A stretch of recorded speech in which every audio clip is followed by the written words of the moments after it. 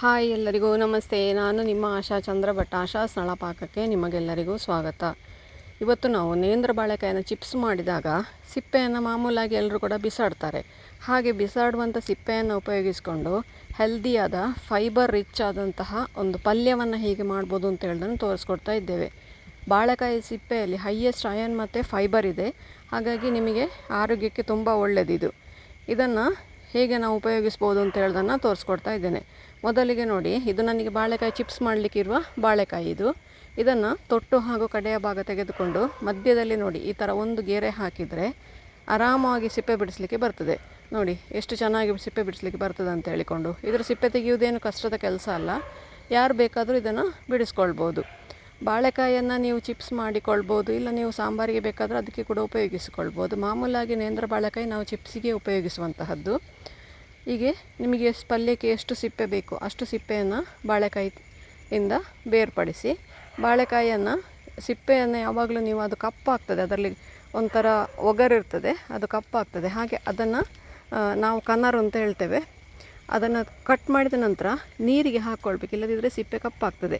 ನೀರಿಗೆ ಹಾಕಿದರೆ ನೀರಲ್ಲಿ ಅದರ ಕನರು ಬಿಟ್ಕೊಳ್ತದೆ. ನೋಡಿ ಸಣ್ಣ ಸಣ್ಣದಾಗಿ ಈ ಥರ ಹೆಚ್ಚಿಕೊಂಡು ಎಲ್ಲ ಸಿಪ್ಪೆಯನ್ನು ಕೂಡ ಸಾಧಾರಣ ನಿಮಗೊಂದು 3ರಿಂದ 4 ಬಾಳೆಕಾಯಿಯ ಸಿಪ್ಪೆ ಇದ್ದರೆ ಒಂದು 6 ಜನರ ಊಟಕ್ಕೆ ಉಪಯೋಗಿಸ್ಲಿಕ್ಕೆ ಆಗ್ತದೆ.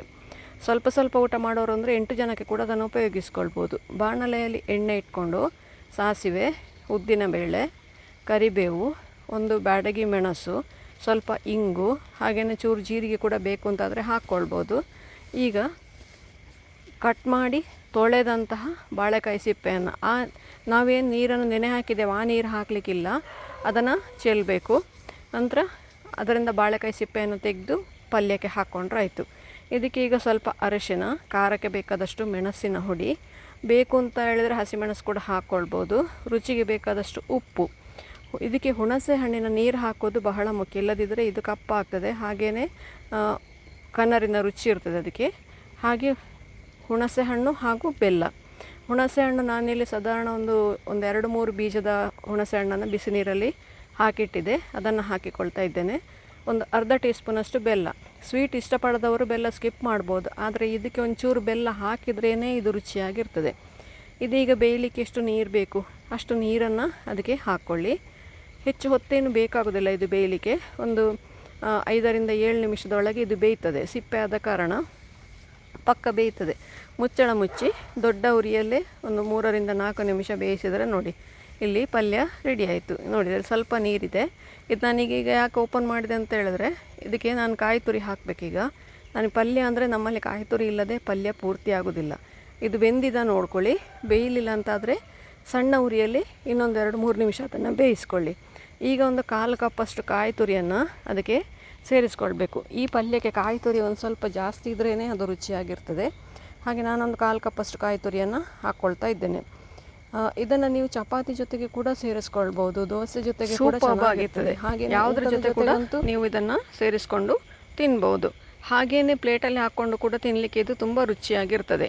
ಅಥವಾ ಸಾಯಂಕಾಲ ಚಾಟ್ನಾಗೆ ಕೂಡ ಇದನ್ನು ಮಾಡಿಕೊಳ್ಬೋದು. ಮೇಲಿಂದ ಒಂಚೂರು ಸೇವು ಹಾಕ್ಕೊಂಡು, ಮೇಲಿಂದ ಈರುಳ್ಳಿ, ಟೊಮೆಟೊ, ಹಾಗೆ ಒಂದು ತುಂಡು ನಿಂಬೆ ಹಣ್ಣನ್ನು ಹಿಂಡಿ ಹಾಗೂ ತಿನ್ನಲಿಕ್ಕೆ ಸೂಪರ್ ಆಗಿರ್ತದೆ. ನನಗಂತೂ ಇದು ತುಂಬ ಇಷ್ಟ. ನೀವು ಕೂಡ ಒಮ್ಮೆ ಖಂಡಿತ ಇದನ್ನು ಟ್ರೈ ಮಾಡಿ ನೋಡಿ.